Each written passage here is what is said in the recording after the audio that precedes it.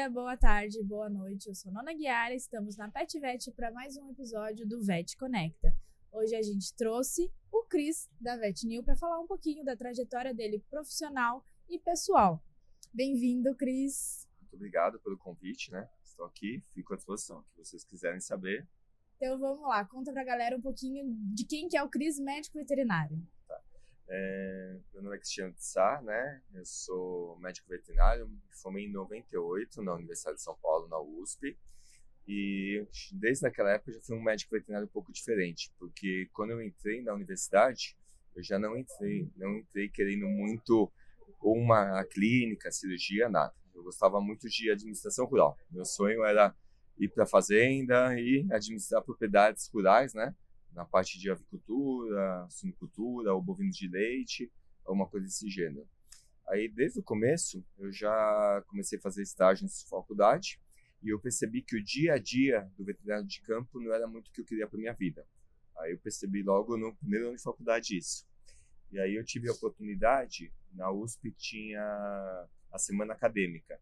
Aí eu comecei a vender camiseta na semana acadêmica da USP.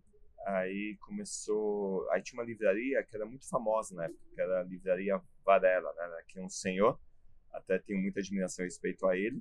E aí ele me viu vendendo lá e falou: "Você não quer vender meus livros na faculdade?" Aí eu falei: "Ótimo, né? Quero sim." Aí eu comecei vendendo os livros, naquela época se comprava muito livro, né? Todo estudante era indicado um livro por disciplina e comecei a vender.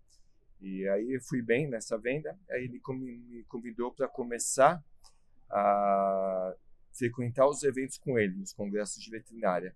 Aí ali eu já tive contato com um veterinário trabalhando na indústria farmacêutica. Eu falei: "Não, acho que dá match aí, é isso que eu quero." E como aluno da USP eu tinha a possibilidade de fazer matérias especiais na FEA, de marketing, administração. Aí eu já comecei no segundo faculdade a fazer a veterinária e as matérias na FEA. Aí já despetei para o marketing, aí fiz a faculdade toda, já frequentando muitos eventos, fazendo os contatos. Aí eu já fiz o meu estágio supervisionado em indústria, foi a primeira PET que eu comecei estágio supervisionado. Aí eu estava na Premier ainda, fui convidado para trabalhar na Koenig. Aí eu acabei o meu estágio na Koenig e já continuei. E foi uma oportunidade muito boa, porque ali era uma empresa pequena, então me deu a oportunidade de participar de tudo.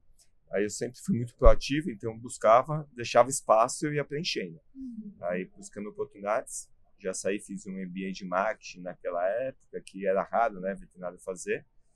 Depois um MBA em vendas e segui toda a minha carreira na indústria farmacêutica. Aí na VetNew estou há 22 anos, como diretor de marketing e novos negócios, e estimulo, né, pessoas veterinárias que querem ir para esse tipo de carreira na indústria, porque é uma oportunidade muito boa de crescimento e de carreira mesmo, né? Mais ou menos o resumo da história é essa. Como é que foi essa entrada na VetNew? Na VetNew eu trabalhava na Koenig e a gente acabava indo muito eventos, né, palestrando nos distribuidores. Aí eu conheci o pessoal da VetNew depois que eu estava 3 anos na Koenig e eles me convidaram. E eu já tinha um sonho, eu sou de São Paulo, capital, de mudar para o interior. E também eu admirava muito desde aquela época já o estilo de trabalho da VetNew. Era uma empresa bastante dinâmica. E então, aí eu participei de entrevista, tudo, e fui contratado. Aí eu fui para a VetNew na época como gerente de marketing. Aí depois fui crescendo, né, até ser diretor. Aí eu cuido hoje de algumas áreas. Então é marketing, tanto o pet quanto o equinos, que a VetNew atua só nessas espécies praticamente. Então a gente é focado no equinos, que a gente é líder. No pet hoje é a 6ª empresa no ranking, sendo a 2ª maior nacional. E aí hoje eu cuido da área de marketing, pet equinos, novos negócios, desenvolvimento de produto, trade marketing, inteligência de mercado. Então, alguma das áreas. Mas os meus valores, né, e o meu estilo de trabalho combinam muito com a VetNew. Então, acho que por isso que eu estou há 22 anos lá. É uma empresa que eu admiro muito, é uma empresa familiar. E a gente vem crescendo, trabalhando, e é um trabalho muito constante na VetNew. Isso que eu gosto também. Porque você vê, às vezes, no mercado, muitos altos e baixos, as pessoas entram e saem das empresas, então não acaba não criando um vínculo e nenhuma cara, né? E na VetNew eu consegui isso. E quais que são as habilidades que você acha que você teve naturalmente, assim, que conectou com a VetNew, com esse trabalho no marketing, que é essencial? É uma habilidade que eu acho, primeiro, né? Eu acho que você ser curioso e proativo, é a primeira coisa. Porque hoje, em qualquer mercado que você vá, tem espaços. Só que as pessoas às vezes acomodam, né? Não enxergam essas oportunidades e não tentam preencher. Então, a proatividade é o primeiro ponto. Né? Você ser proativo. Um segundo é sempre estar procurando novos conhecimentos, porque na indústria isso é muito necessário.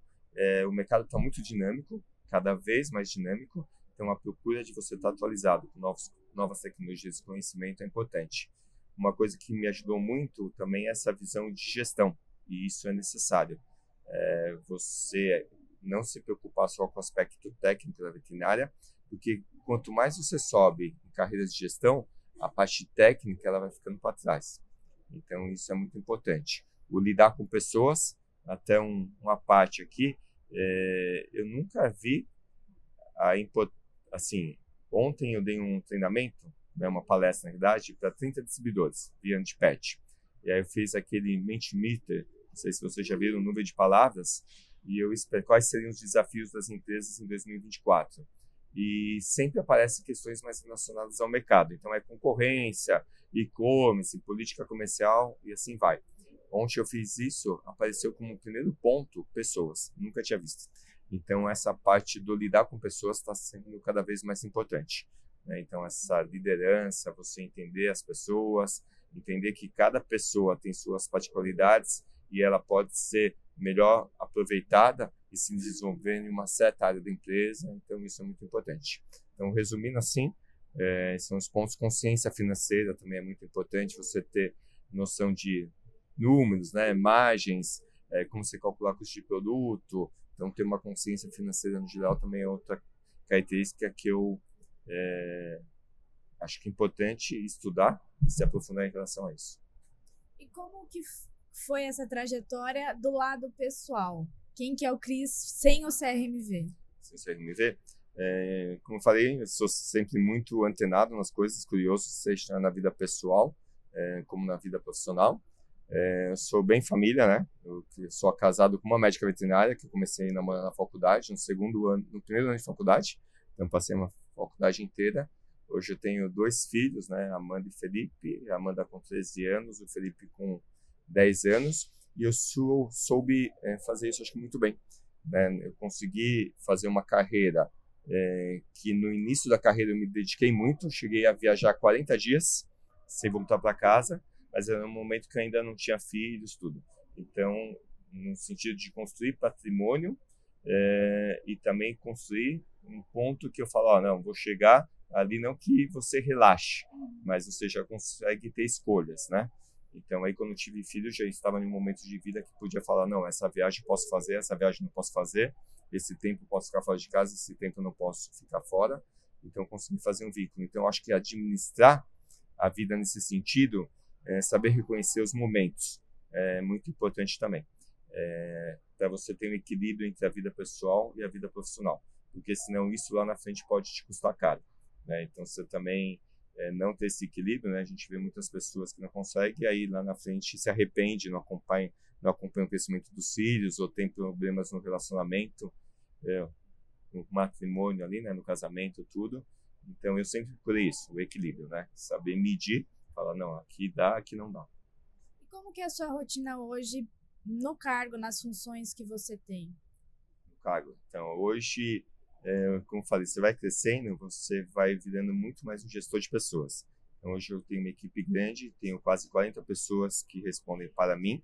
É lógico que, né, tem os gerentes, aí depois tem coordenadores, analistas e assim vai.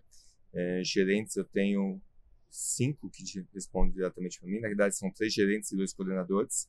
Então, o dia a dia é muito mais analisar as situações. Aí eles me reportam. Então, eu falo que hoje eu sou muito mais um facilitador.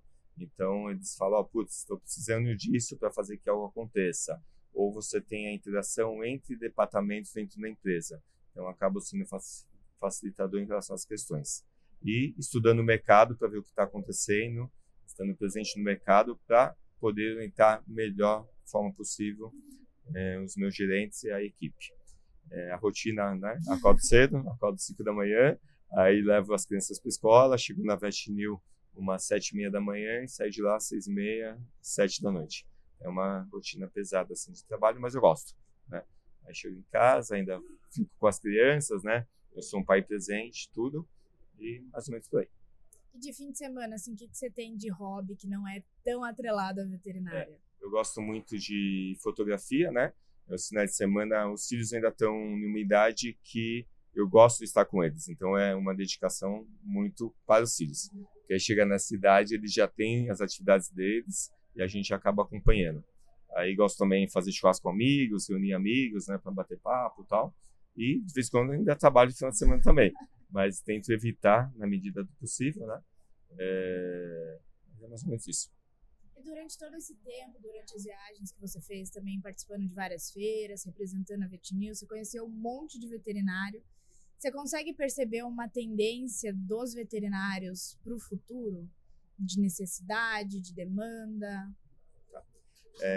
Isso é interessante, né? Até foi um ponto do fórum discutido, né? Que a gente teve um fórum de educação essa semana falando um pouquinho do ensino da medicina veterinária. A gente nunca teve tantas oportunidades assim de empresas e pessoas, né, empresas e até clínicas, hospitais, procurando veterinários, e ao mesmo tempo a gente tem a queixa que as vagas não conseguem ser preenchidas. Então, acho que está faltando um gap em relação às habilidades. Eu vejo particularmente que tem muito veterinário que se acomoda, reclama tal, da situação às vezes de ganhos tal, mas não faz nada para ser diferente. E tem oportunidades. Ontem eu até estava conversando porque a nossa cadeia de comercialização das empresas, ela passa pelo distribuidor.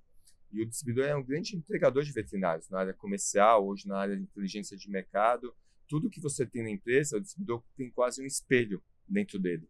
E um distribuidor falando que ele tem 6 vagas abertas constantemente, que se ele preenche, ele não consegue manter. Então, essa resiliência dos profissionais, principalmente quem está chegando novo no mercado, é extremamente importante. Eu falo que, às vezes, o veterinário, seja na clínica, seja na indústria, ele não dá tempo de amadurecer. Ele quer que a transição seja tão rápida, então ele entra verde, né, e sai verde, cai do pé verde, ele não dá tempo. Então, essa resiliência eu acho que é importante. Isso é uma tendência grande. E as novas tecnologias chegando, né? A inteligência artificial, acho que vai impactar. Tem outras questões, né, que às vezes não impactam o veterinário na clínica tanto, mas um veterinário que vai para a indústria, na área comercial, o e-commerce, essas plataformas, elas estão afetando muito o comércio, então a gente está passando por uma revolução bastante grande mesmo. Aí tem que se preparar para isso. Eu vou aproveitar então, vou puxar a pergunta do título da palestra, né? Você com alto cargo de gestão, com uma empresa de destaque, o que as empresas esperam do egresso? Do egresso? A gente entrevista muita gente. É lógico que eu falo que a parte técnica, né? A competência técnica ela é um pré-requisito. Então tem que ter, né?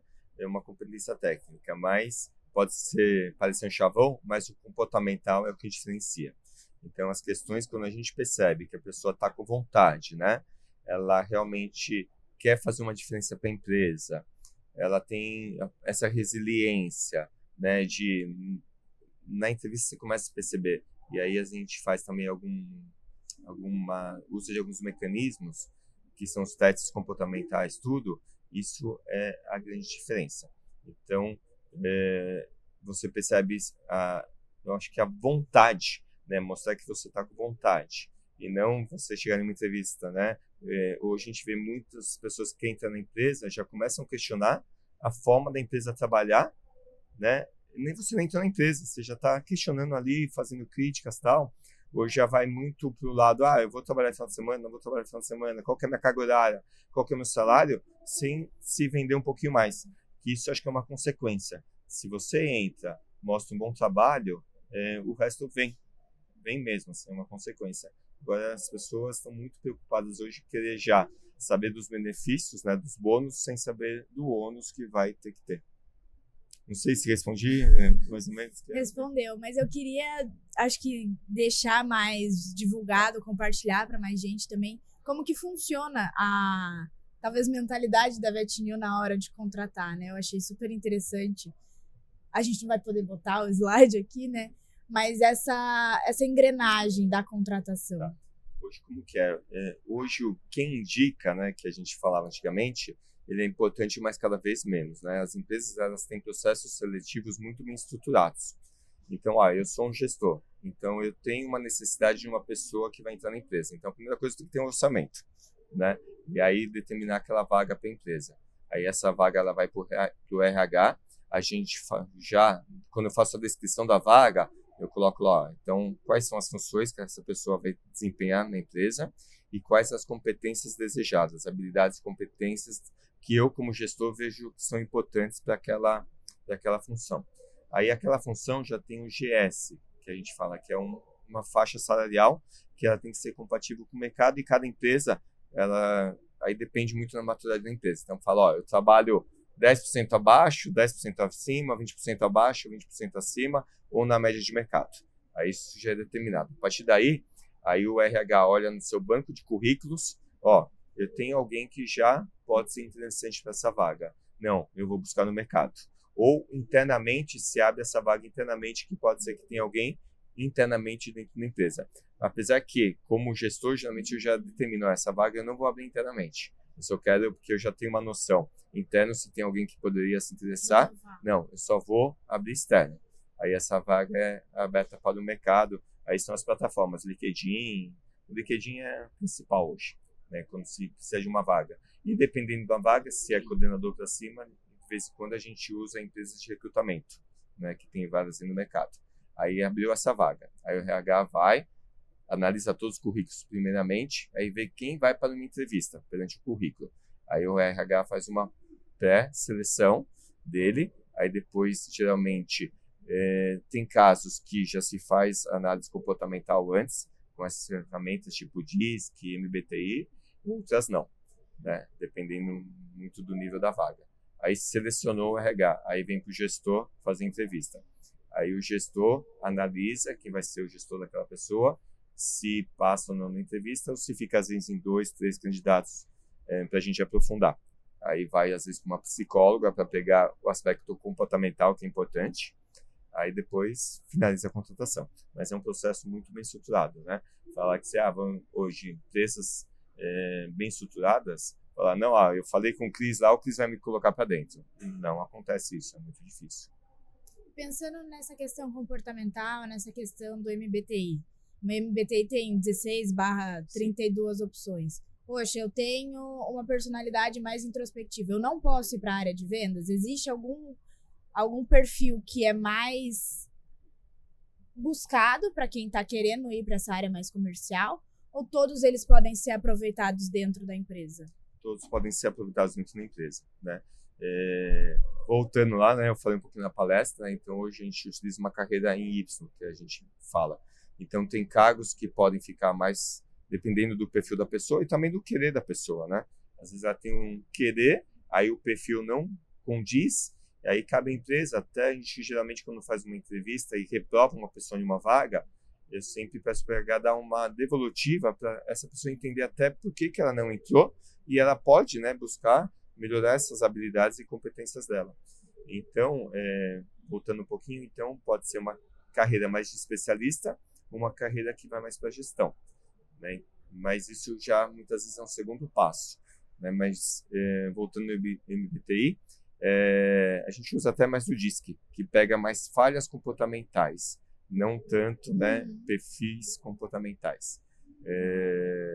Mas dá para aprimorar e não tem isso, sou introspectiva. Dá para se desenvolver na área comercial, sim. De uma forma, às vezes, até porque a venda, ela tem a parte do relacionamento hoje, mas a venda ela acaba sendo cada vez mais analítica. Então, também, sou introspectivo, mas tenho um perfil analítico. Então, para alguns tipos de venda, você é interessante. Então, dá para se trabalhar sem problema. Não pré-julgue, fala, não, eu sou assim, né? Não vou poder mudar e não tenho perfil para empresa. Tenta, né? Aí, se você for em boas empresas, ou até, às vezes, você pegar um headhunter antes e falar, faz uma entrevista comigo, o que eu tenho que me aprimorar no meu perfil, antes até de ir para a empresa. Essa possibilidade também. Vamos, então, exemplificar, né? Como é que era, em geral, o perfil, não necessariamente do Cristiano, quando ele começou a carreira profissional, como que é hoje? Quais habilidades e falhas você teve que trabalhar e investir tempo mesmo, conhecimento, para desenvolver e diminuir, amenizar esses pontos a serem melhorados? Acho que o ponto, no início, né, eu acabava vendo as oportunidades e trabalhando muito sozinho, e ia fazendo acontecer sozinho. Aí você vai pegando as equipes. Aí parece que quando você coloca alguém embaixo de você, o seu trabalho vai diminuir. Fala, não, vou deixar de fazer isso. Não, aumenta, né? Porque até você desenvolver e também às vezes tem que ensinar, e quando você faz do seu jeito. Aí quando você coloca alguém para trabalhar com você, ela vai ter o jeito dela de fazer. E você tem que entender isso e muitas vezes não querer que ela faça do seu jeito, porque também ela não vai se desenvolver. Então você vai ter que ir ensinando essa pessoa. Então a grande diferença, deixa eu pegar, eu 26 anos atrás que eu estou no mercado e hoje é na gestão de pessoas, saber trabalhar com pessoas e liderar. A liderança, para quem quer ir subir, né, na empresa, é fundamental. Saber liderar pessoas e trabalhar com pessoas. E pensando para aquela pessoa que ainda está no começo da faculdade, que não se apaixonou pela administração rural, por exemplo, o que você sugeriria de busca por fora da faculdade para que ela possa ir suprindo esses pontos e já chegar no fim da faculdade, talvez com um passo a mais, um destaque? Uma grande diferença que no passado era, e eu acho que continua sendo, é exatamente o que vocês, né, que estão na NMV, como estudantes ainda fazem, é você se tornar também um rosto conhecido.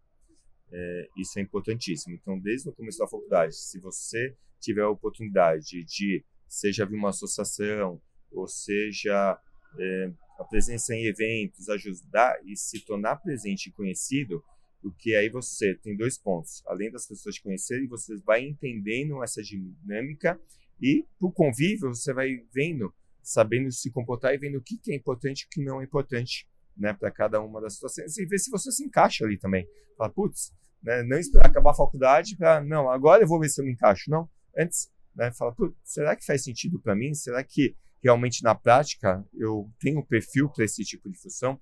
Isso é fundamental. E outro, né, ser curioso e fazer o máximo de cursos, né?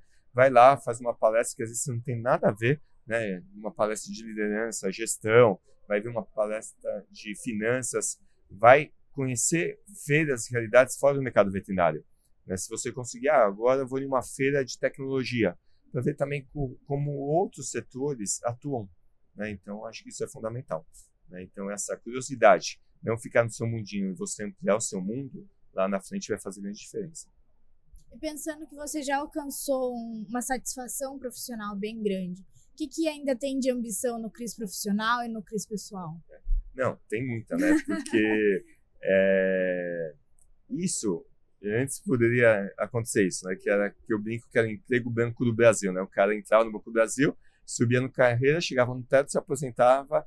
Essa realidade é cada vez mais distante no mundo dos profissionais. A sua necessidade de estar em constante evolução e adaptação não para mais.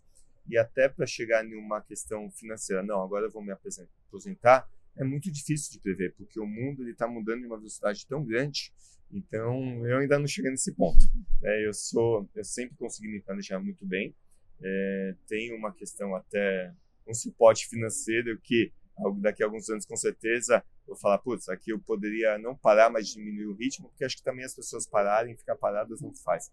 Então, eu quero sempre poder contribuir. Então, essa busca constante de conhecimento, se manter atualizado, entender o que o mercado está precisando no profissional naquele momento, que essas habilidades e competências, elas vão mudando. Né? Então, você tem que estar cada vez mais adaptado. Eu acho que eu vou sempre... Eu até admiro, né? Hoje eu vejo alguns profissionais já tão idosos e estão preocupados em como que eu ainda continuo contribuindo da melhor forma possível. Isso eu não pretendo parar. Mas essa administração ela é importante da sua carreira e da sua vida pessoal. Né? Tanto seja a parte financeira, seja na parte do conhecimento e também do equilíbrio entre a sua família. Eu acho que esses 3 pontos você tem que pensar. Como eu equilibro a minha carreira financeira, que o financeiro ele vai te cobrar, ele é importante sim. As pessoas às vezes não dão atenção, a gente vive principalmente no país que vai ser cada vez mais difícil você viver de aposentadoria, né, como no passado era. E a parte também, como me torno ainda interessante no mercado, isso tem que ser constante. E tem algum tema, algum livro que você tem buscado conhecer mais? Isso é muito dinâmico. Eu leio bastante, né? Eu vou muito por indicações. Então, né, seja de pessoas... O Bill Gates, ele está lendo um livro nesse momento que ele indica. Aí eu já coloco, na verdade eu entro na Amazon ali, aí já pré-compro, deixo no carrinho. Eu falo, ainda tem uma fila antes para eu ler, mas fica no meu carrinho, que depois eu revisito aquele carrinho para ver os livros que eu tenho que comprar. Mas, vixe, tem muito. Aí... Então vamos mais fácil. Qual foi o último livro que você leu? O último livro que eu estava lendo chama Empresas Exponenciais, que fala um pouquinho como as startups crescem. Né? Então é um livro interessante. Mostra porque é muito diferente uma gestão de empresa tradicional, vamos dizer, e das startups. E hoje a gente tem que tomar cuidado com uma empresa tradicional que, para você não começar a se tornar muito burocrata e começar a perder velocidade, que aí as startups, o pessoal mais jovem vem e te engole. Tem vários exemplos aí no mercado que empresas que estão sendo engolidas. Então esse é um livro que eu estou lendo, que fala quais são as características que diferem uma empresa exponencial, né, de uma empresa tradicional. E qual foi o melhor livro que você já leu? Tem vários aí. Um que eu gosto muito, que fala que é um livro do... Deixa eu só lembrar o título exato, que fala de hábitos, né? Hábitos Atômicos? Não é Hábitos Atômicos. Poder do Hábito. O Poder do Hábito. Aqui é o tal. É um Poder do Hábito que mostra um pouquinho essa resiliência, né? De você... você quer adquirir um hábito e ser bom naquilo, não é da noite pro dia. Então é uma coisa que é construída. E eu vejo muito isso em todas as realidades. Às vezes a gente quer as coisas de uma forma muito rápida. E não, calma, né? Tem um momento aí de você construir aquilo. Tem outros, agora não me lembro, mas posso te passar uma relação depois, tem bastante livro que eu gosto. Tá, e talvez um livro que todo veterinário devesse ler, independente da área da gestão. O livro também é Como as Grandes Caem, né? Que mostram empresas que chegaram em um patamar, às vezes se acomodaram e não souberam olhar essas mudanças no mercado e caíram. Legal. E para encerrar, então, se você tivesse a oportunidade de colocar uma mensagem no outdoor, que essa mensagem chegasse para todas as pessoas, independente de ser veterinário, de ser estudante, qual que seria essa mensagem? Eu acho que um pouquinho que eu bato muito, né? Acho que você conhece um pouco, né? Que sejam proativos, busquem as coisas, né? Às vezes a gente reclama do cenário e não faz nada para mudar esse cenário. Eu sou até participante de várias associações, mas com esse intuito mesmo. Tá tendo problema, o que a gente pode fazer para mudar esse cenário? Então a gente acho que tem que ser um fator de mudança do meio também. Não só ficar reclamando do meio e não fazer nada para mudar. Então, como veterinários, a gente tem que, seja no nosso dia a dia, em família, seja no nosso emprego, identifique o problema, legal, tá lá, o que eu posso fazer para ajudar isso ser transformado e mudar e não só ficar reclamando. Acho que é um ponto que, se isso for colocado na sua vida, na sua carreira, você tende a ser muito mais feliz, né? Reclamar menos e tentar mudar mais a situação. E para quem gostou da proposta da VetNew, gostou da sua forma de pensar, como é que as pessoas podem ir atrás para conhecer um pouco mais? A VetNew, hoje a gente tem um site, né, que é o www.vetnew.br, tem as mídias sociais também, tem o VetNew Oficial e o VetNew Equinos Oficial no Instagram. Ali tem bastante coisa, a gente atualiza constantemente. E quem quiser mandar, né, ou e-mail para a VetNew, tudo pode mandar via site que chega para a gente. Ou meu e-mail é cristianosa@vetnew.com.br, pode mandar diretamente para mim também. E a gente interage. Muito obrigada por estar aqui. É isso, pessoal. Eu sou Nona Guiar e esse foi o Vet Conecta. O mundo pode ser explicado pela ciência. A ciência que está na água, em cada átomo, em cada reação, que experimenta, inova, mas que não explica o amor. O amor não é exato, não pode ser medido, assim como o amor de um humano por seu pet. E é nesse equilíbrio, entre a ciência e amor, que nascem as grandes descobertas, onde a tecnologia pode ser colocada a serviço da saúde, de uma vida mais longa, ativa, mas também a serviço de um sorriso, misturado com lambejos, carinho e diversão. A fórmula perfeita, dentro dos mais altos padrões, de uma nutrição superior, pensada especialmente para nossos pets, medida pelo comportamento, como ronronares e abanadas de rabo, para nutrir quem você ama e nutrir o amor, com o equilíbrio da razão e a emoção, do cérebro e o coração, da performance e sabor, da ciência e o amor.